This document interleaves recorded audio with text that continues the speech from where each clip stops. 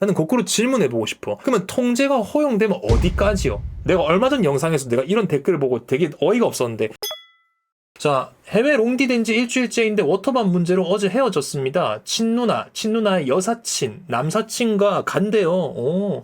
전남친 31살, 친누나 38살입니다. 남사친은 와이프한테 허락 받았대요. 여친이 싫다는 걸 꼭 가야겠다는 게 이해가 안 돼요. 가면 안 돼요? 왜 가면 안 돼? 워터밤 못 참지. 아니, 들어봐. 워터밤을 가는데 멤버가 어떻게 되냐면은 남자친구의 친누나, 그 다음에 친누나의 여사친. 그러니까 무슨 말이냐? 친누나의 여사친이랑 잘 될 또라이는 없어요, 세상에. 그 다음에 남사친, 이렇게 4명이 간다는 거야. 이 멤버가 위험하게 느껴져요? 존나 가족 여행이에요. 지금 이 구성이 진짜 존나 가족 여행이야. 말이 안 돼. 이게 어쨌다는 거야? 그냥 놀러 가는 거잖아, 그냥. 더 웃긴 건 뭔지 알아요? 그 친누나와 누나 친구들 나이가 38살이에요. 이런 생각을 갖고 계신지 모르겠습니다. 여자친구가 싫으면 안 해야지. 그거 굉장히 위험한 생각입니다. 통제예요, 통제. 친누나랑 가는 여행을 가지 말라고 말하는 거 굉장히 신박하네요. 네. 멤버가 친한 남사친 둘, 여사친 둘이면 보내주시나요? 어디까지 가능한지 궁금. 이렇게 물어보셨습니다. 저한테 물어보시는 거면은 그 사연분들이 되게 젊게 사신다는 생각을 하는데, 저는 제 나이대에서 만날 여자분이 별로 그럴 것 같지 않거든요, 사실은. 그래서 좀 이입하기가 어려운데, 아무튼 뭐 그거에 대해서 뭐 답변을 하자면은, 보내주시냐 안 보내주시냐 그거 완전 한국식 연애인 거 알고 계세요? 그럼 이제 본질을 봤을 때 어떻게 얘기할 수 있냐면은, 결국에 그 행위가 용납이 되냐 안 되냐에서 심플하게 말하면은 그게 문제가 돼? 그럼 안 만나면 돼요.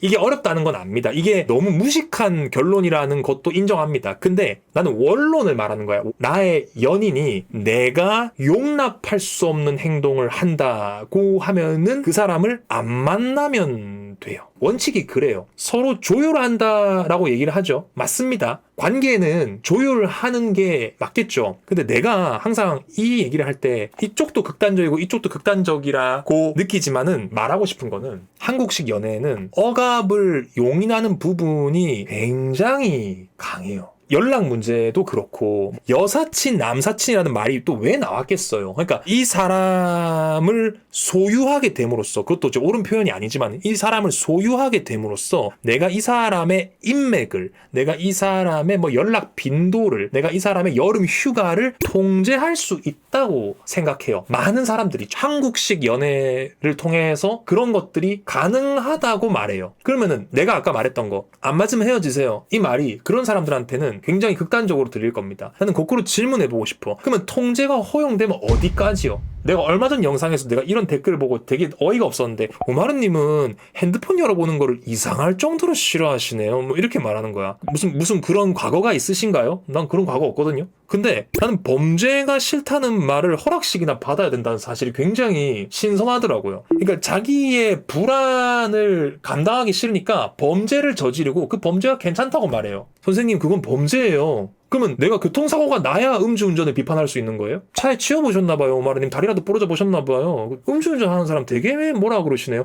이런 얘기를 하고 있는 거야. 범죄라니까 내가 무슨 말을 더 해요. 근데 다시 이제 그 얘기도 했지만은 원론으로 돌아와서, 그러니까 이 한국식 연애가 여러분들의 자아를 의존적으로 만듭니다. 그러니까 의존적인 사람은 더 의존적이 돼요. 이 시스템의 편리성 때문에. 뭐냐면은 내가 남자친구가 여자친구가 의심이 되면은 핸드폰을 훔쳐봐도 되고, 내가 외롭거나 곤란하거나 불안하면은 그거에 대한 잘못은 몽땅 너한테 있는 것이고, 친구들이랑 워터밤을 간대요. 싫어요. 왜요? 내가 가지 말라면 가지 마. 이유가 없는 거예요. 내가 불안하니까. 근데 그런 거를 연인 간에 조율해볼 수 있겠죠. 조율해볼 수 있는 건데, 내가 지금 어떤 부분을 지적하고 있는 거냐면은, 그게 절대로 당연하지 않아요. 내가 너의 연인이라는 이유로 너의 검열이 당연하지 않다고. 그래서 그 말이 진짜 위험한 말이에요. 여자친구가 싫으면 안 해야 되는 거 아니에요?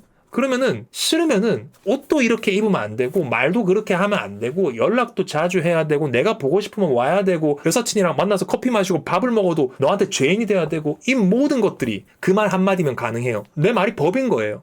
기준도 없어요. 어떤 여사친은 안 돼. 왜 안 돼? 지금보다 이쁘거든요. 만나지 말래. 원래 뭐 10년 지기 친구인데요. 싫어, 만나지 마. 근데 그런 얘기를 눈 똑바로 뜨고 말해요. 부끄러운 줄도 모르고 말해요. 내가 너의 연인이니까 난 그럴 수 있어. 앞으로 어떻게 얘기가 될지 모르겠지만은 나는 바뀌어야 될 부분이 굉장히 많다고 생각해요. 진짜로. 불안하면 사람 만나지 마. 사람을 만난다는 건요, 불확실성을 내 삶으로 가지고 들어오는 거예요. 신뢰라는 거는 천천히 쌓아갈 수 있는 것이고 절대로 쉽고 편리하고 빠르게 쌓을 수 없어요. 신뢰라는 거는 이 사람을 꾸준히 보면서 불안함을 견디면서 불확실성을 마주 보면서 차곡차곡 쌓는 게 신뢰예요. 근데 그런 신뢰 쌓을 생각 없어요. 기다리고 싶지도 않아요. 그러니까 남의 핸드폰을 훔쳐보는 범죄를 저지르게 되는 것이고, 누구 친구랑은 만나지 마라, 누구랑은 어디 모임 가지 마라, 뭐 동호회 가지 마라, 뭐 하지 마라, 뭐 하지 마라, 하지 마라는 말을 너무 아무렇지 않게 내뱉는 지금의 분위기는 분명히 전 문제가 있다고 생각해요. 상대방이 뭘 하든 참견하지 마라 라고 말하는 건 아닙니다. 하지만 지금 이 한국 사회에서의 이 인식은 좀 무서울 정도예요. 그 말씀을 여러분들한테 강조해서 말씀드리고 싶었어요. 여러분, 그거 사랑 아니에요. 여러분들이